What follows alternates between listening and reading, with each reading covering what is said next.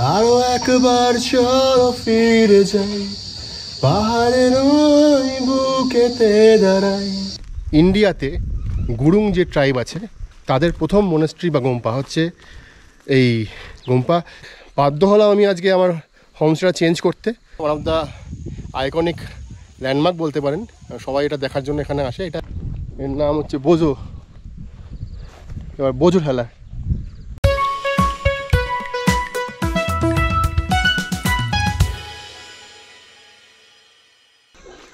আমি কনিষ্ক, আপনারা দেখছেন দ্য ইয়েলো স্কার্ফ। আর আগামী কয়েক মিনিটে আপনাদেরকে যে জায়গার গল্প দেখাবো বা যে জায়গার গল্প শোনাবো সেই জায়গাটার নাম হচ্ছে চারখোল। কাঞ্চনজঙ্ঘাকে ব্যাকড্রপে রেখে ৫,৫০০ ফিট উচ্চতায় হিমালয়ের বুকে লোলেগাঁও অঞ্চলে যে একটি ছোট্ট গ্রাম চারখোল, এটা কিন্তু যারা উইকেন্ড ট্রিপ করতে চান তাদের জন্য একটি আদর্শ জায়গা। যারা প্রকৃতি পছন্দ করেন, যারা পাখি দেখতে পছন্দ করেন, যারা প্রজাপতি ছবি তুলতে পছন্দ করেন বা দেখতে পছন্দ করেন, এবং মোস্ট ইম্পর্ট্যান্টলি যারা নিরিবিলিতে দুটো দিন কাটাতে চান, তাদের কাছে কিন্তু চারখোল একটি অতি পরিচিত নাম। মায়াবী এই চারখোলে আসা যায় এখান থেকে দেখা পাহাড়ের নেকলেস ভিউয়ের জন্য। এখানে চারিদিকে শুধু সবুজ আর সবুজের জন্য। এখানে হাওয়ায় এক নৈশব্দের কানাকানির জন্য। এখান থেকে দেখা কাঞ্চনজঙ্ঘার জন্য আর এখানকার মানুষের জন্য। এবারে তাহলে বলে দিই যে এই চারখোলে কীভাবে আসবেন। দেখুন, চারখোলে আমি যেভাবে এসেছি সেটা প্রথমে বলি।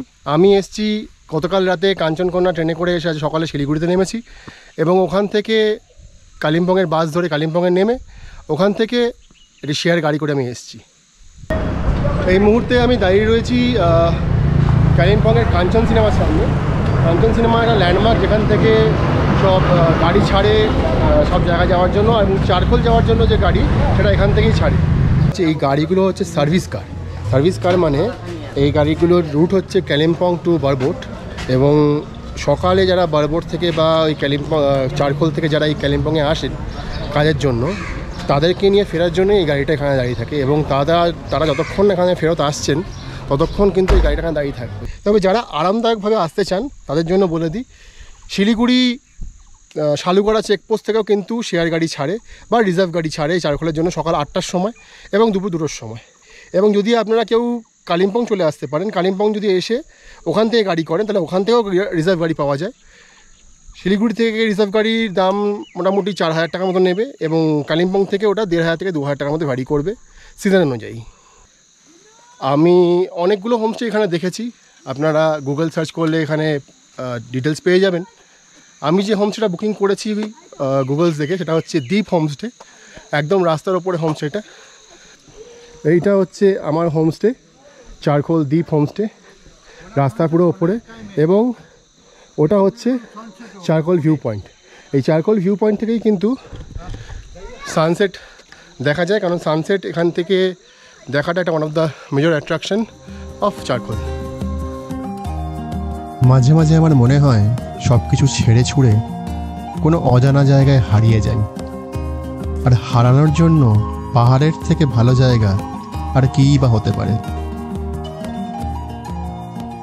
আর ওয়েদার কিন্তু আজকে মে মাসের 23 তারিখ, যেটা ভেবে এসেছি সেটা কিন্তু না।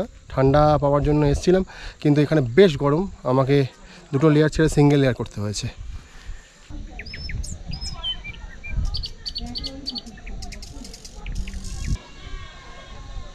উঠে এসেছি চারখোল ভিউ পয়েন্টের ওপরে। এখান থেকে মোটামুটি আমি বলবো 270 ডিগ্রি ভিউ পাওয়া যাচ্ছে এখান থেকে, যথেষ্ট খোলামেলা।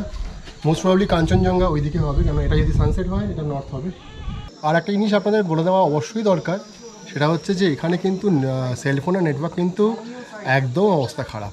একমাত্র বিএসএনএল এনারা বলছেন যে বিএসএনএল টাওয়ার আছে, বলে কাউকে ঠিকানা দিতে পারবে, মানে ফোন নাম্বার দিতে বারণ করে। আচ্ছা আচ্ছা।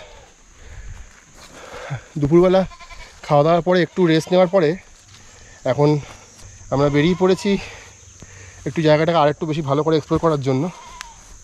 একটা পেছনে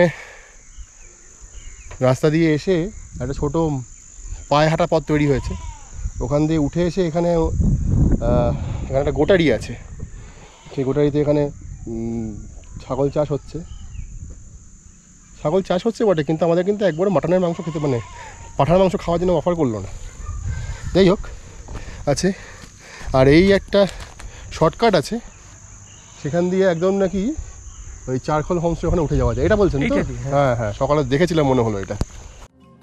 চারখোলের আরেক দিকে রয়েছে প্রিমিয়াম হোমস্টেগুলো, Ratnaditya birding, blue pine retreat, Charkhol resort. এদের পাশ দিয়ে রাস্তা দিয়ে উঠে আমি চলে এলাম চারখোল টপে।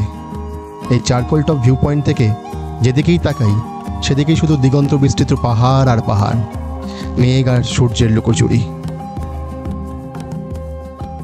ওই ব্লু পাইন রিসর্টের পাশ দিয়ে বসে হাঁটতে হাঁটতে উঠে এসেছি একদম মোটামুটি টপমোস্ট পয়েন্ট অফ চারখোলে, যেখান থেকে পুরো চারখোলটা, ওদিকে পানবু সব দেখা যাচ্ছে।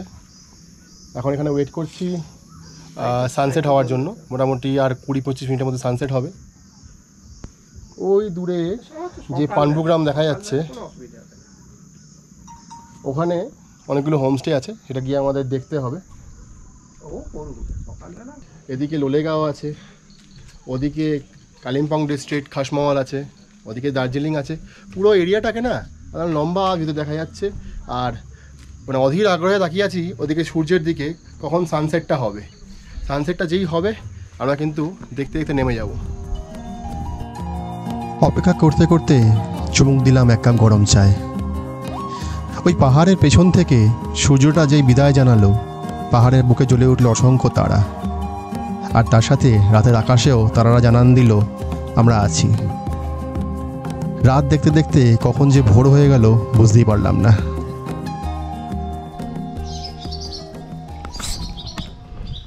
বাজে এখন ভোর 4:41, বেরিয়ে পড়েছি চারখোলের রাস্তায়। 4:44-এ সানরাইজ আছে, এদিক থেকে হবে, এই পাহাড় থেকে, এই পাহাড় থেকে হবে। সেই পাহাড় থেকে দেখার জন্য এই দেখুন, এই দেখুন কি নৈসর্গিক দৃশ্য ভাবুন। এদিকে চাঁদ ডুবছে আর ওদিক থেকে সানরাইজটা হবে।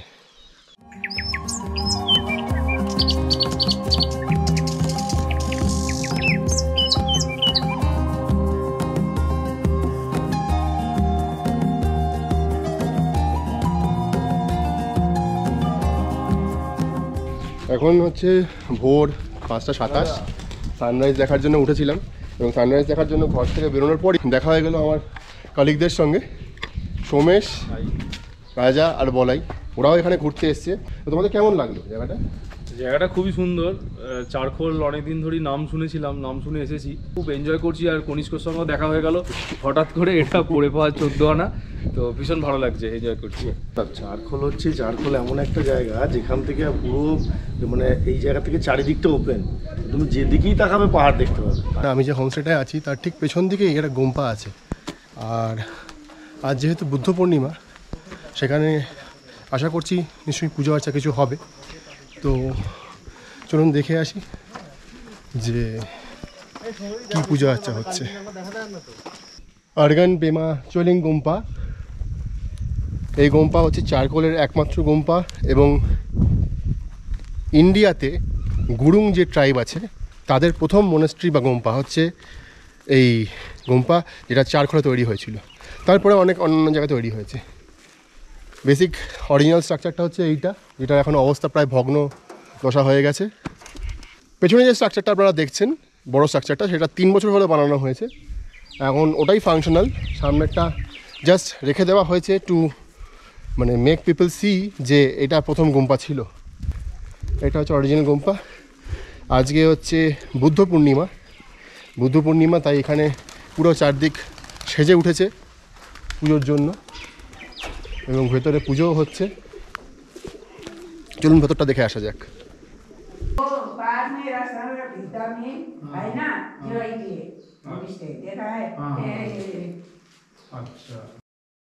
इसका है टुई बोलता है, टुई शुद्ध हो जाएगा ऐसे। अच्छा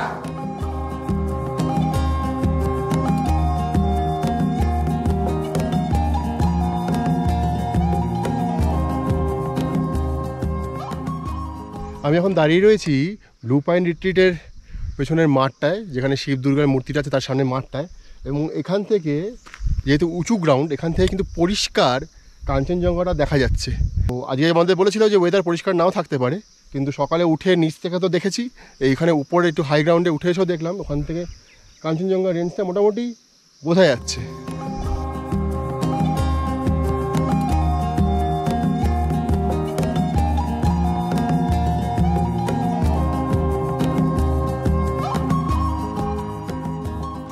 ব্রেকফাস্ট হয়ে গেছে। ব্রেকফাস্টে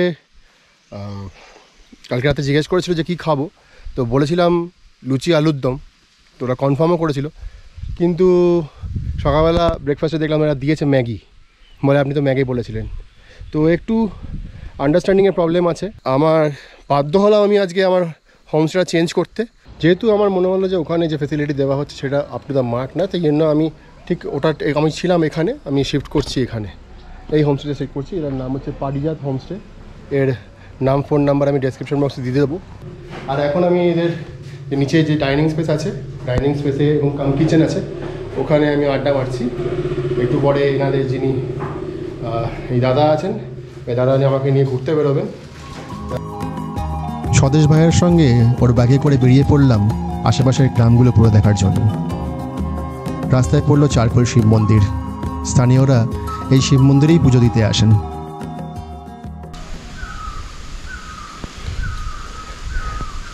এতক্ষণ চুপ করেছিলাম কারণ এই জঙ্গলের মধ্যে এসে সুরাজ ভাই আমাকে দেখালো এবং শোনালো এখানে প্রচুর পাখির ডাক আছে, মানে প্রচুর পাখি আছে, তাই প্রচুর পাখির ডাকও আছে।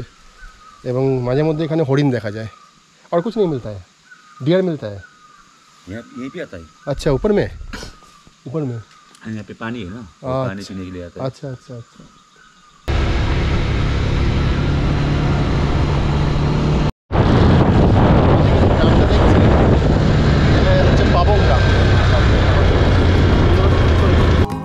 চারিদিকে সবুজে ঘেরা পাহাড়ের কোলে অবস্থিত এই পাবং গ্রাম এক নয়নাভিরাম পরিবেশের সাক্ষী। এখানকার বনপুকুরি কটেজ ও আশেপাশের 2-3টে হোমস্টে সবই স্বদেশ ভাইদের আত্মীয়দের। এই মনোরম পরিবেশে এক রাত থাকতে পারলে আমার খুব ভালো লাগতো। সুরাজ ভাইয়ের সঙ্গে চলে এসেছি অনেক অনেক নিচে চারকোল থেকে। এটা হচ্ছে কুপিটার হাট। এটা প্রতি শুক্রবার করে এই হাটটা বসে। এখানে যেখানে পাহাড়ের লোকজন আছে, যারা যা যা দরকারি জিনিস আছে সব এখান থেকে যারা একবারে কালেক্ট করে নিয়ে ওপরে পাহাড়ে উঠে যায়। কারণ পাহাড়ে এই একটা ব্যাপার খুব ডিফিকাল্ট, কারণ যেহেতু রিসোর্সেস বড্ড কম এবং ডিস্টেন্স অনেকটাই বেশি, সেজন্য একবারেই কালেক্ট করতে হয় এবং সেটাকে জমায়েত করে রেখে যে যারা বিজনেসে আছেন বা যারা সত্যিকারের ডোমেস্টিক আছেন তারা সেটাকে একবার ইউজ করেন। বুদ্ধ পূর্ণিমার নিঝুম রাত, একটা মানুষের আওয়াজ শোনা যাচ্ছে না, শুধু ঝিঝি পোকার আওয়াজ আর কোনো এক পাখির আওয়াজ, রাতের পাখির আওয়াজ, যেটা ভোরেও মাঝে মাঝে ডাকে। আর ওই আমার সামনে পূর্ব দিক থেকে বুদ্ধ পূর্ণিমার চাঁদ উঠছে, দেখুন।